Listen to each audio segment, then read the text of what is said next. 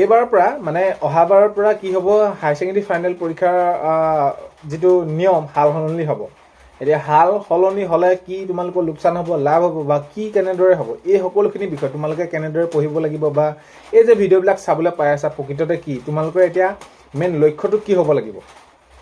মোৰ যিখিনি মোৰ মতামত সেইখিনি তোমালোকক জনাবলৈ গৈ আছোঁ, আৰু সেইখিনি হয় নে নহয় কমেণ্টত লিখিবা, আৰু ভিডিঅ'টো শেষলৈকে চাবা। শেষত তোমালোকৰ মন্তব্য কমেণ্টত লিখি সেইখিনি তোমালোকে ক'বা হয় নে নহয়। আৰু এইখিনিতে তোমালোকক এটা অনুৰোধ কৰিম, সদায় ভিডিঅ'বিলাকত মই কওঁৱেই আৰু তোমালোকে কৰাই বাৰু, সেইবিলাক মৰমবিলাক দিছা, সেইকাৰণে আগন্তুক সময়তো ভিডিঅ'বিলাক বনাবলৈ মই তোমালোকলৈ চেষ্টা কৰিম আৰু উৎসাহ পাম ভিডিঅ'বিলাক বনাবলৈ।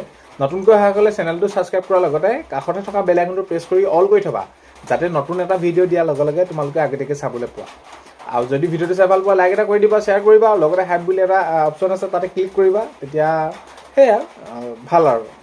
তো কথাটো হ'ল কি, হায়াৰ ছেকেণ্ডেৰী ফাইনেল পৰীক্ষা এইবাৰ অলপ বেলেগ ধৰণে হ'ব। ঠিকে আছে, বেলেগ ধৰণে হ'ব, কোনো কথা নাই।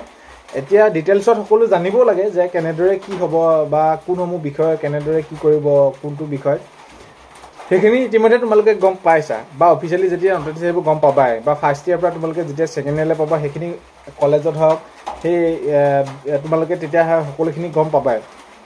তো মূল বিষয়টো কি, মূল বিষয়টো তোমালোকৰ পৰীক্ষা যি ধৰণে নহওক, মূল বিষয়টো তোমালোকে কি কৰিব লাগিব, অধ্যয়নটো কৰিবই লাগিব। এতিয়া এই বছৰৰ যেনেদৰে পৰীক্ষা হ'ল, আগতে যিদৰে হৈছিলে সেইখিনি যি যেনেদৰে নহওক পৰীক্ষা দিবৰ বাবে তোমালোকে অধ্যয়ন কৰিব লাগিব।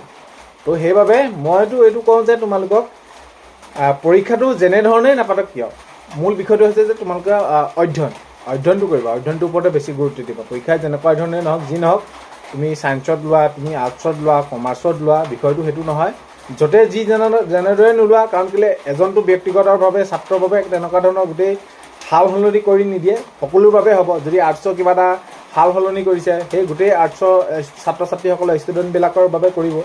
ছায়েন্সৰ যদি কিবা কৰিছে, ছায়েন্সৰ সকলৰ বাবে কৰিব। কমাৰ্চৰ বাবে যদি কিবা এটা কৰিছে, কমাৰ্চৰ বাবে কৰিছে। কিন্তু কথাটো হ'ল কি, তোমালোকে যি টেক্সট বুক আছে, যিখিনি তোমালোকৰ পৰীক্ষাত আহিব, যিখিনি তোমালোকক দিব চিলেবাছ, সেইখিনিৰ ওপৰত তোমালোকে বেছি গুৰুত্ব দিবা।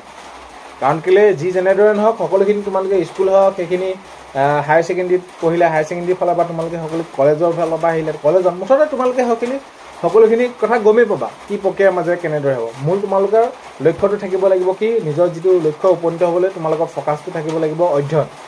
ভালকৈ অধ্যয়ন কৰা, আৰু যি এতিয়া পাৰ্চেণ্টেজ যে কোনোবাই 97 পাইছে, কোনোবাই 95 পাইছে, কোনোবাই 90% নম্বৰ পাই পাছ কৰিছে, তো এইবিলাক এটা এটা নাম্বাৰ আহে। তো এইটো নহয় যে তোমালোকে এইবাৰ ফাৰ্ষ্ট ডিভিজন পালা, কোনোবাই ছেকেণ্ড ডিভিজন পাইছে, কোনোবাই থাৰ্ড ডিভিজন। তো জীৱনটো এনেকুৱা নহয় যে থাৰ্ড ডিভিজন পালে তোমালোকৰ জীৱনটো শেষ। কাৰণ কেলৈ এইটোৱেই প্ৰথম তোমালোকৰ বা এইটোৱেই শেষ পৰীক্ষা নহয়, কাৰণ কেলৈ বহুত জীৱনৰ আৰু পৰীক্ষা আছে। আৰু সেইবাবে তোমালোকে থাৰ্ড ডিভিজন গ'লোঁ বুলি তোমালোকৰ জীৱনটো শেষ হৈ নাযায়। আৰু বহুতো এনেকুৱা উদাহৰণ আছে যিয়ে নেকি এই তৃতীয় বিভাগত গৈ বা ছেকেণ্ড বিভাগত গৈ বহুতো সুনাম কৰি এতিয়াও বহুতো লোক আছে তেনেদৰে। কিন্তু নিজৰ যিটো লক্ষ্য আছে, লক্ষ্যটো স্থিৰ থাকিব লাগিব, কথাটো সেইটোৱে। আৰু থাৰ্ড ডিভিজন ছেকেণ্ড ডিভিজন পোৱা এইবিলাক এটা নাম্বাৰহে। কাৰণ কেলৈ এইবিলাক নাম্বাৰ মানে কি, তোমালোকে হয়তো অধ্যয়ন কৰাৰ সময়ত অলপমান খেলি মেলি হ'ল, গুৰুত্ব নিদিলা, তো সেইবাবে তেনেকুৱা ধৰণৰ হ'ল।